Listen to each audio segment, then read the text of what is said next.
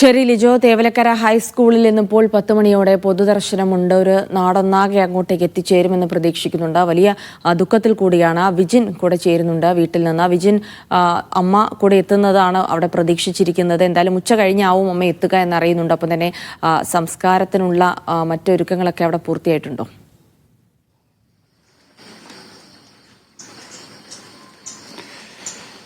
ജിൽസി, എന്തായാലും ഏറെ ദുഃഖത്തിൽ തന്നെയാണ് ഈ വീടും പരിസരവും ഒക്കെ ഉള്ളത്. വിളന്തറയിലെ ഈ വീട്ടിൻ്റെ തൊട്ടടുത്തൊക്കെ ഉള്ളത്, തൊട്ടടുത്തായി ഒക്കെയാണ് മറ്റു വീടുകളും ഒക്കെ ഉള്ളത്. ഇവർക്കൊക്കെ സുപരിചിതനായ ആളാണ് മിഥുൻ എന്ന് പറയുന്നത്. അവർക്കൊക്കെ നല്ല പരിചയമുള്ള അടുപ്പമുള്ള ആളാണ്. അവരോടൊക്കെ നല്ല തരത്തിലുള്ള അടുപ്പം പുലർത്തുകയും ചെയ്ത ആളാണ്. അതിൻ്റെ ദുഃഖത്തിൽ തന്നെയാണ് വീടും പരിസരവും നാട്ടുകാരും ഒക്കെ നിലവിലുള്ളത്. എന്തായാലും 9 മണിയോടുകൂടി നെടുമ്പാശ്ശേരിയിൽ നിന്ന് ഇങ്ങോട്ട് വാഹനത്തിൽ, അതായത് പ്രത്യേക പോലീസിൻ്റെ എസ്കോർട്ടോടു കൂടിയാണ് അമ്മ സുജിയെ വീട്ടിലേക്ക് എത്തിക്കുക. അമ്മൂമ്മയും അച്ഛനും അതുപോലെ തന്നെ ഇളയ അനുജൻ സുദിനുമൊക്കെയാണ് ഇപ്പോൾ വീട്ടിലുള്ളത്. ശാസ്താംകോട്ടയിൽ നിന്ന് ആദ്യം മൃതശരീരം നേരെ തേവലക്കര സ്കൂളിലേക്കാണ് എത്തിക്കുക.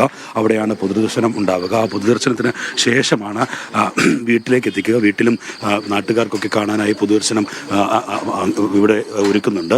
അതിനുശേഷം വീടിന് തൊട്ടടുത്ത ഭാഗത്ത് തന്നെയാണ് സംസ്കാര ചടങ്ങുകൾ നടത്തുക. എന്തായാലും നമുക്കൊപ്പം ബന്ധുക്കൾ കൂടി ചേരുകയാണ്. ചേട്ടാ, വിളിച്ചു തന്നോ അമ്മയെ നേരത്തെ? രാവിലെ വെളുപ്പിനെ വിളിച്ചു, കയറിയപ്പം വിളിച്ചായിരുന്നു. നേരത്തെ ഇന്നലെയാണോ അറിയിച്ചത് കാര്യങ്ങൾ? അല്ല, മെനഞ്ഞാന്ന് തന്നെ അറിഞ്ഞു.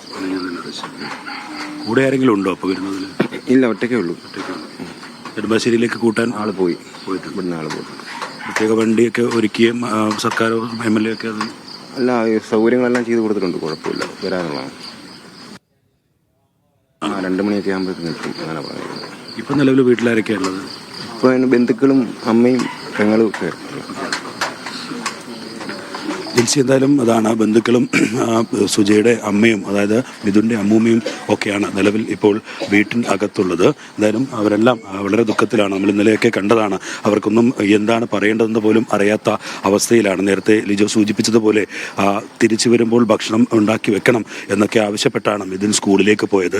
അവിടെ നിന്നാണ് രാവിലെ ഇങ്ങനെയൊരു ചെരുപ്പെടുക്കാനായി ഈ മുകളിലേക്ക് കയറിയപ്പോൾ അവിടുന്ന് ഇലക്ട്രിക് ലൈനിന് ഷോക്ക് ഏൽക്കുകയും മരണം സംഭവിക്കുകയും ചെയ്യുന്നത്. എന്തായാലും അത് ആ സമയത്ത് സ്കൂളിലും അതുപോലെ തന്നെ തേവലക്കരയിലും വിളന്തറയിലും ഒക്കെ വലിയ ദുഃഖത്തിലാണ് നാട്ടുകാരും ഒപ്പം തന്നെ കൂടെ പഠിക്കുന്ന സഹപാഠികളും ഒക്കെ ഉണ്ടായിരുന്നു. നമ്മളിപ്പോൾ ഈ കാണുന്ന ഈ കസേര വെച്ചിരിക്കുന്ന ഈ ഭാഗത്താണ് മിഥുനെ സംസ്കരിക്കുക. അതിനുള്ള മറ്റ് തയ്യാറെടുപ്പുകളൊന്നും ഇവിടെ നടത്തിയിട്ടില്ല. അത് ഉച്ചയോടുകൂടി മാത്രമേ അമ്മ എത്തൂ എന്നുള്ളത് കൊണ്ട് തന്നെ ആ സമയമാകുമ്പോഴായിരിക്കും അതിനുള്ള കുഴിയെടുക്കുന്ന നടപടിയിലേക്കൊക്കെ നാട്ടുകാരും ബന്ധുക്കളും ഒക്കെ ചേർന്ന് എത്തുക. എന്തായാലും നിലവിൽ ഈ വീടിനോട് തൊട്ട് ചേർന്നായിരിക്കും ഇനി മിഥുൻ അന്ത്യവിശ്രമം കൊള്ളുക. അവർക്കൊക്കെ എപ്പോഴും കാണാനും ഒക്കെ കഴിയുന്ന നിലയിലായിരിക്കും മിഥുൻ്റെ ഈ അന്ത്യവിശ്രമം കൊള്ളുന്ന സ്ഥലം ഉണ്ടാവുക എന്നുള്ളതും അവരുടെ എല്ലാ കാലത്തും മിഥുനെ ഓർമ്മയായി അതങ്ങനെ നിലനിൽക്കുകയും ചെയ്യും.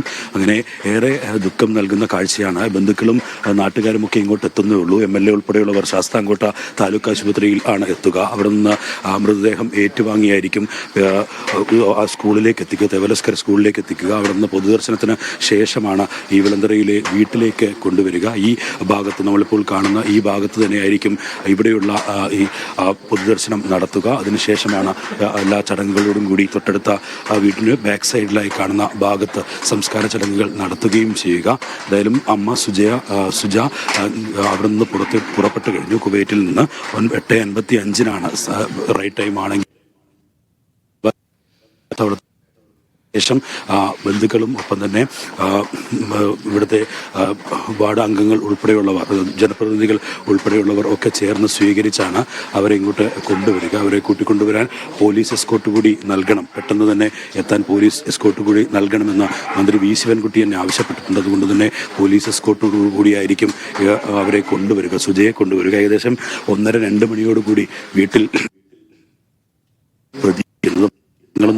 1:30-2 മണിയോടുകൂടിയായിരിക്കും അമ്മ ഇവിടത്തേക്ക് എത്തുക. ആ സമയത്തായിരിക്കും ഈ പൊതുദർശനം, സ്കൂളിലെ പൊതുദർശനം പൂർത്തിയാക്കി ശരീരം ഇങ്ങ് വീട്ടിലേക്ക് എത്തിക്കുകയും ചെയ്യുക. തൊട്ടടുത്ത വീട്ടുകാരും ഒപ്പം തന്നെ നാട്ടുകാരും ഒക്കെ എന്തായാലും ആ സമയത്ത് ഇങ്ങോട്ട് എത്തും. നേരത്തെ സൂചിപ്പിച്ചതുപോലെ അതീവ ദുഃഖം തലം കെട്ടി നിൽക്കുന്ന സാഹചര്യമാണ് ആ മൃതശരീരം ഇങ്ങോട്ട് കൊണ്ടുവരുമ്പോൾ എന്തായിരിക്കും ഇവിടുത്തെ അവസ്ഥ എന്നുള്ളത് പറഞ്ഞറിയിക്കാൻ പോലും കഴിയാത്തതായിരിക്കും. അതീവ ദുഃഖം. അതായത് 8ാം ക്ലാസ്സുകാരനാണ് അനിയൻ സുദിൻ, 6ാം ക്ലാസ്സുകാരനാണ്. അതുകൊണ്ട് തന്നെ അവരൊക്കെ പരിചയമുള്ള കളിച്ചു നടന്ന വഴികളൊക്കെയാണ്. എന്തായാലും ഈ വീടും പരിസരവും ഒക്കെ കാണുമ്പോൾ നമുക്കറിയാം സാമ്പത്തികമായി ഏറെ ബുദ്ധിമുട്ടുന്ന ഒരു കുടുംബം. അവരുടെ ആ സാമ്പത്തിക ബുദ്ധിമുട്ടുകൾ മറികടക്കാനായിട്ടാണ് അമ്മ സുജ കുവൈറ്റിലേക്ക് ജോലിക്കായി പോയത്. ഒരു വെയിറ്റ് ജോലിയാണ്. അവിടെയും വലിയ സാമ്പത്തിക സ്ഥിതിയൊന്നും ഉള്ള നിലയിലല്ല. 2 വർഷം മുമ്പാണ് അവർ ജോലിക്കായി പോയത് എന്നാണ് ബന്ധുക്കൾ ഒക്കെ പറയുകയും ചെയ്യുന്നത്. അങ്ങനെ അവർ പോകുമ്പോൾ തിരിച്ച് മകനെ കുറച്ചുകൂടി അടച്ചുറപ്പുള്ള ഒരു വീട്ടിലേക്ക് മാറ്റാൻ കുറച്ചുകൂടി സൗകര്യത്തിൽ ിലേക്ക് പോയത്. പക്ഷേ തിരിച്ചു വരുമ്പോൾ ആ മിഥുൻ ഇല്ല എന്നുള്ളതാണ് അതീവ ദുഃഖകരമായ കാര്യമെന്ന് പറയുന്നത്.